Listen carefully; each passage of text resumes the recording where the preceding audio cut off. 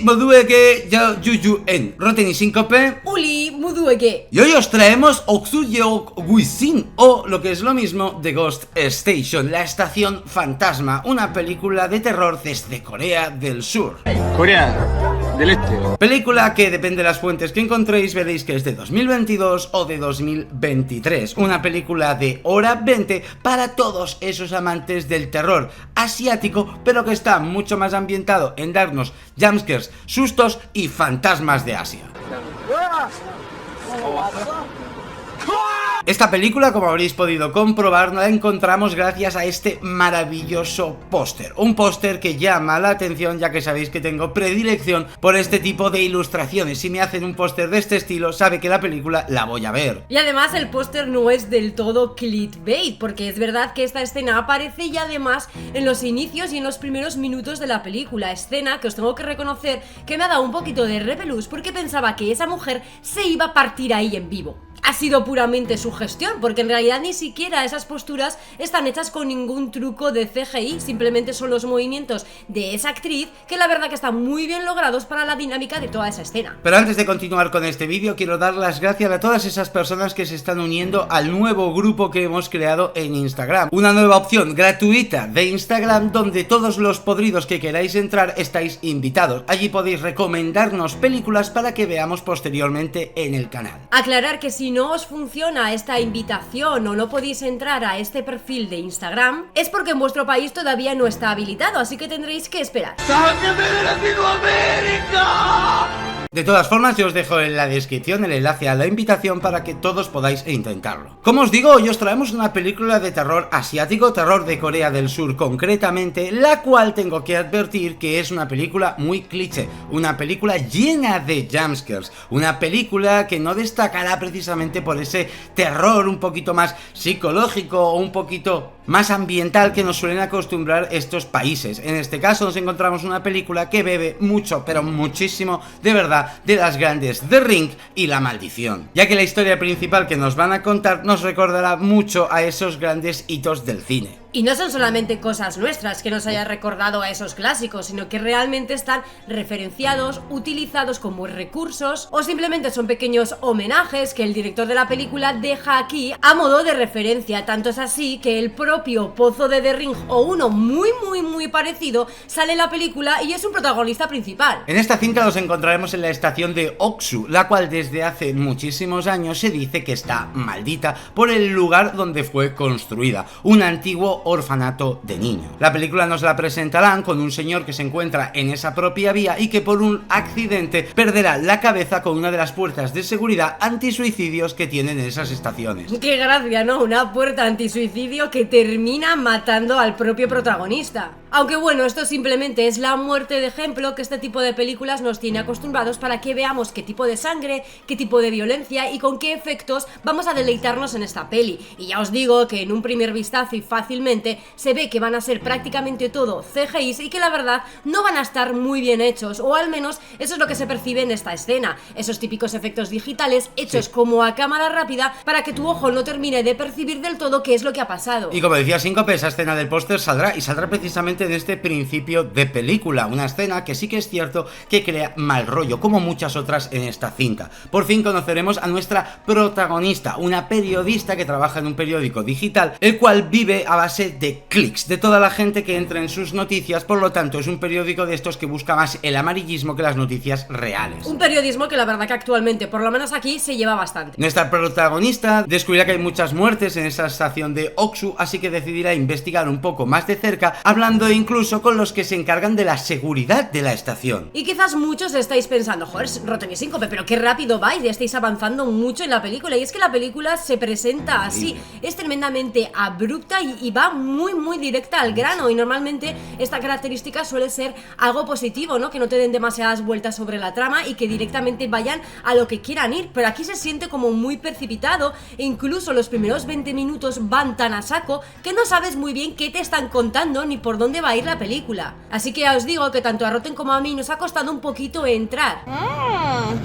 Pero cuando más o menos toda la historia va cobrando forma y conoces un poco a tus protagonistas, esta película ya cobrará un cierto interés que hará que te quedes ahí la hora y 20 para ver qué es lo que ocurre finalmente en esa estación. Ya que realmente lo interesante de The Ghost Station es lo que está investigando esta mujer, ya que descubre que además del revisor de las cámaras de seguridad, el forense que fue a buscar el cuerpo de una persona atropellada en esa estación, ambos vieron a un niño pequeño en esa estación. Un niño que no fue identificado, pero que se relaciona con la antigua historia del orfanato donde fue construida esa estación. Al final no deja de ser la típica película asiática de maldiciones, pero es cierto que aquí la forma de pasarse las maldiciones o la forma de que los personajes secundarios sean malditos es relativamente original, o por lo menos se puede considerar atrayente, atrapante. Quizás sea uno de los alicientes que más me ha gustado para continuar viendo la película. Sin spoilearos más de la trama, para que podáis disfrutarla esta película, deciros que sí que es cierto que cada persona que va a morir en esta cinta tiene unas pequeñas marcas de arañazos en la mano, en el cuello, en la cara, y ahí es donde reside el verdadero terror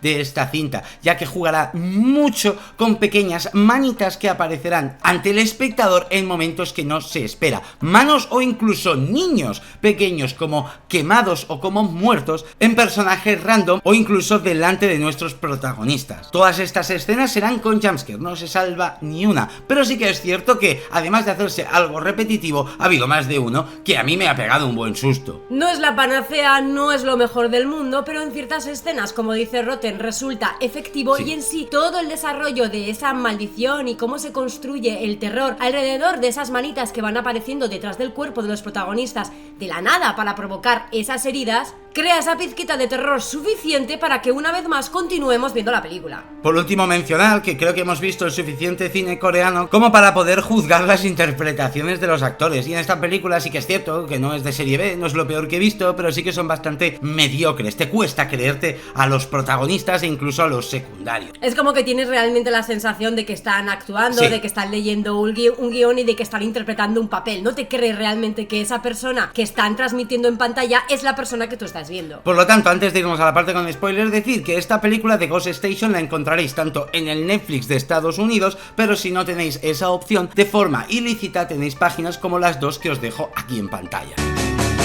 Link, come to town, come to save the Princess Zelda. Pero antes de irnos a la parte con spoiler, repite conmigo en voz alta este número. ¿Ya lo has hecho? Gracias. Lo siento.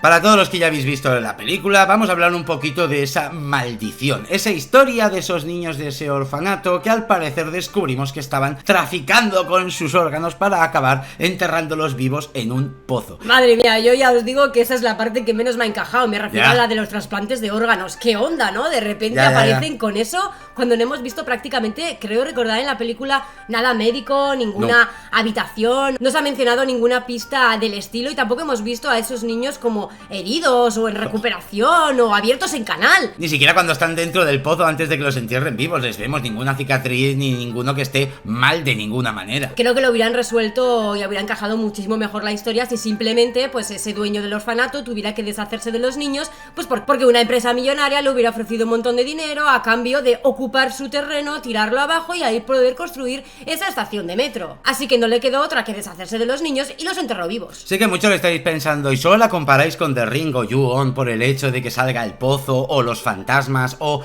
el odio acumulado de un fantasma que se está haciendo ver solo para que le recuerden y salvarlos a todos. No, no es solo eso, es la forma de estructurar esta película. Cuando los protagonistas consiguen que esos niños se escuche su voz, pues como ya sabéis, el típico giro que también hemos visto en The Ring y la maldición, de que realmente no han conseguido nada, sino que la maldición sigue en pie porque ese fantasma sigue con el odio dentro, incluso habiendo conseguido lo que pedía que consiguieran. Ojo, a mí esto me gusta, me parece interesante, pero sí que es cierto que esperaba en 2023 un giro un poquito más currado o un poquito más original de lo que ya hemos visto muchas veces. A ver, era muy sospechoso que la jefa de nuestra protagonista, esa magnate del periodismo, de esa revista digital, tenía algo que ver con la trama, que ocultaba información, que sabía algo o que en el fondo nos iba a dar el giro final de la película. un poquito previsible toda esa parte y quizás hasta un poquito redundante. Y el hecho de cómo se pasa la maldición, que sé que muchos le estáis viendo esta parte con spoilers sin haber visto la película, ahora os retiro el perdón. Ya no lo siento, si estás viendo esto te fastidias por haber dicho ese número en voz alta, ya que así se pasa esta maldición. Las condiciones son que la persona a la que se lo pases tiene que ser consciente de la historia de los niños, nosotros ya os la hemos contado,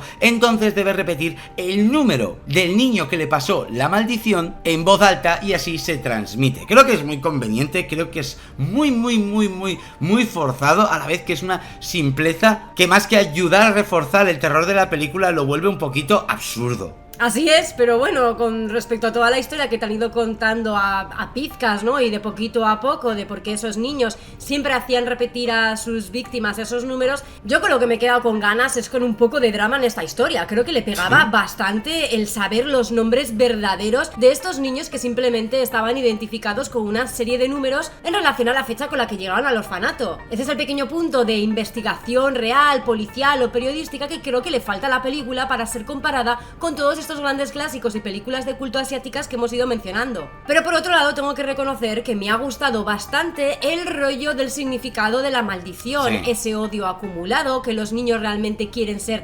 recordados, contar su historia. Puede pareceros algo cliché, pero las películas asiáticas de terror más típicas y mejor consideradas mueven toda su trama y todas las motivaciones de sus personajes en torno a eso, al odio acumulado de esa gente que murió injustamente y que quiere y necesita ser oída. Así que esa maldición o odio acumulado que va cayendo de forma azarosa en diferentes personajes secundarios de la película, pues porque sí, me ha parecido un recurso bastante aceptable y que por supuesto se podría haber aprovechado muchísimo mejor, pero que bueno, está relativamente bien metido. Y precisamente por todos estos motivos yo a la película le voy a poner un 5,5 o un 6, quizá más tirando a 6 generoso, que a 5,5, porque las escenas de los niños me han causado tanto terror, me han asustado, ha sido para mí lo más dinámico de toda la película y reconoceré que la escena en la que los van a enterrar en el pozo, que están todos los niños ahí chillando, me ha provocado ternura, me ha dado real pena. O sea, los niños creo que lo estaban haciendo muy bien para que esa escena fuera lo suficientemente impactante. Y como dice Síncope, me ha faltado drama. Yo le hubiera dado el toquecillo de drama a esa historia necesario para que el espectador todavía se sienta más cercano a esa maldición. Hombre, claro, es que ahí esa escena, esa secuencia lo pedía, porque ahí es donde también se revela otro de los giros de la película, y es que esa chica que está investigando la muerte de su hermano era uno de esos niños de ese orfanato y que es rescatada por el que se supone que es su padre, pero que en realidad no lo es, que simplemente la adoptó por X motivos. Y es también donde conocemos el origen del famoso gesto de las manitas de los niños agarrándose a la gente. Entonces, aparte, como digo, está bien hilada y es una pena que no se haya aprovechado del todo bien esta película para que se hubiera convertido en algo parecido a lo que supuso La Maldición o The Ring. Así que, como dice Rotten, por todo esto yo sí que recomiendo darle una oportunidad, echarle un vistazo, sabiendo un poco lo que vais a ver, que no es una película perfecta, que muchos de vosotros ni siquiera la consideraréis buena, ni siquiera sé yo si la considero buena, porque yo por mi parte no la voy a probar, le voy a poner un 4,5, podría acercarme en según qué momentos a 5, pero siendo sincera tengo que reconocer que no la volvería a ver, que se me ha quedado un poquito corta con respecto básicamente a todo y que una pizquita más le hubiese dado ese 6, ese bien que necesitaba esta película. Así que muchas gracias a todos los que habéis llegado hasta aquí, a los que habéis dicho este número en voz alta, os lo agradecemos. Muchísimas gracias, Síncope, a los miembros, a los Patreons, a los nuevos subs, a los de siempre, a los que miráis la descripción, que tenéis el código ROTTEN6 de Pampling, donde conseguiréis un regalito con vuestras compras. Ay, promo metida. A los infanticidas y nos vemos en la siguiente. Venga, Gor.